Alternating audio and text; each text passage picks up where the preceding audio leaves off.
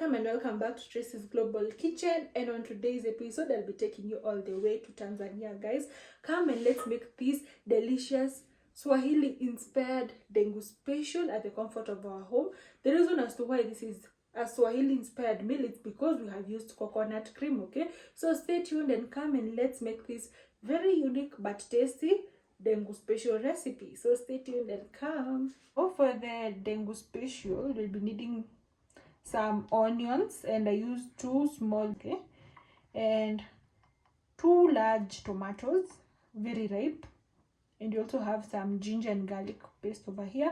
Most of the times I really love having ginger and garlic because it really elevates how your meal tastes like. And since you are cooking some legumes, I have some coconut cream over here. And so these are the dengu special. They are sorted, washed and boiled, okay? There. So these ones are not green grams, they are not lentils, but they are called dengu special. And then I have 1 yellow capsicum. So this is how I love cutting my capsicum. Just cut it like that, and then you first cut it into a half and then into quarters. And we would throw away our seeds because, guys, these seeds are very, very, very rich in flavor, okay? So just let your seeds remain intact like so. Then just place them over there. You're going to need these seeds, but for this recipe just going to need like half of that, because, guys, yellow capsicums are very, very expensive here in Kenya, okay? So just cut them into stripes, and then we later on cut them into cubes. Okay? That is just our ideal shape. So if I was making some chips masala, I would leave them like that, but since we are making legumes, this is the best. See? And they really taste nice. They really taste nice. These ones are my favorite, the yellow ones and the red ones. My worst is green peppers. I don't love their taste. So just like that, we are done prepping our ingredients. So we've sliced our tomatoes and also sliced our onions and grated our ginger and garlic. Then we also have our seeds. Okay, nice. So let's get into the cooking part. So the first step is heat up your pot, okay? We in these African homes, we say that if you heat up your pot, it's going to reduce the amount of oil that you're going to use, and definitely we all want to save, right? Yeah, so I'm just going to let this heat up and not burn, just heating up well. So our pot is well heated up. Just going to add 2 scoops of this. That is enough.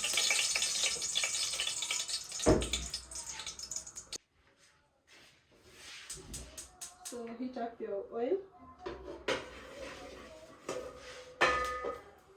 Then we're going to add in our onions.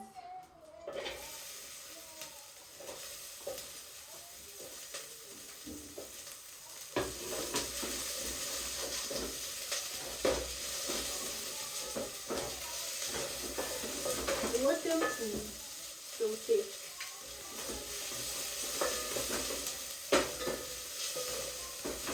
You don't have to always do it, guys. You do know that at times we cook legumes in a boring way and you even feel as if it's a punishment, and it's not punishment, right? So then we're going to have to cook them well. And since I'm making it the African way, guys, let me tell you something. Most African homesteads, they didn't grow up taking spices.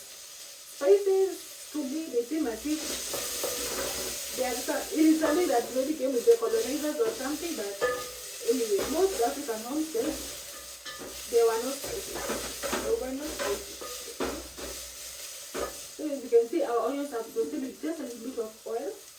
Then we're going to add in our ginger and garlic paste at this juncture. Okay.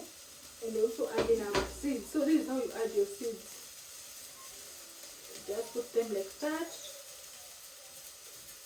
These seeds are very, very flavorful. Kindly try and put them next time when you're cooking, and then please come and tell me how did you enjoy, how much did you enjoy it, and how do you rate it, how do you rate it out of 1 to 10, okay?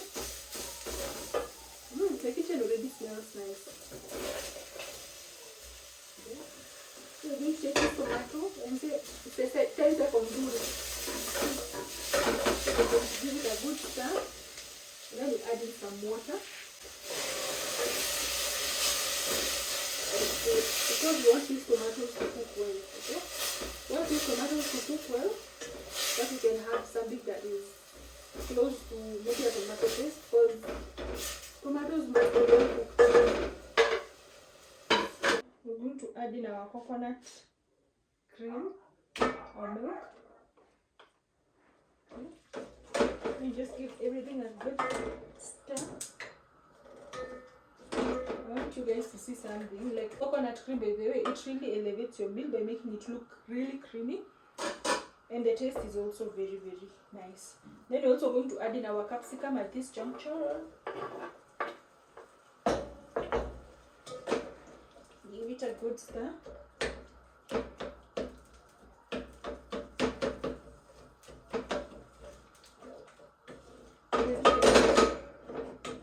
You can even enjoy your meal right now with maybe a toast of bread or even chapati.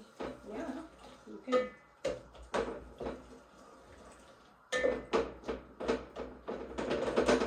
I'm just going to give that a good stir.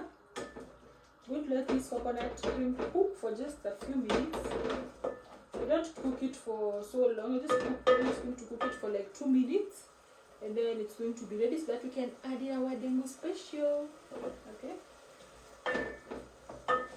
We add in our Ndengu special right now. Okay. These ones are my favorite legumes. If you cook them nice, they really taste well. If you cook them well, they really taste well. I'm not kidding. These ones are my favorite. So we're just going to give it a good stir. And then we just add in some hot water, but just 1 cup of hot water because we want to make it as a stew. Okay?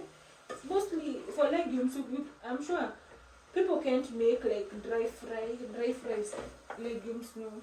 They require soup because you're going to take them with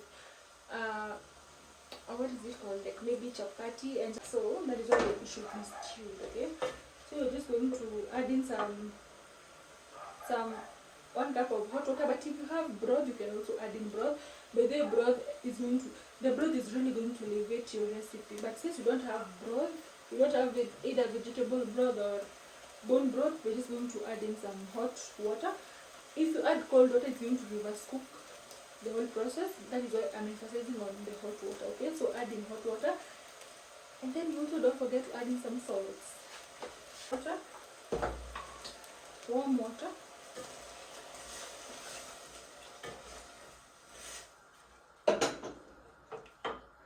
You can even see like it really looks creamy. Then you add in some salt.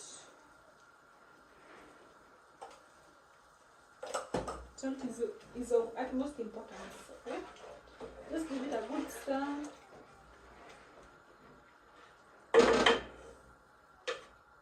And then we just cover it, and then we'll be back after 15 minutes. Okay, so stay tuned. You can hear our beans boiling, and just like that our beans are ready. Our special Ndengu, we are ready. So ready. So thank you so much for watching. God bless you, and see you on the next travel. Bye.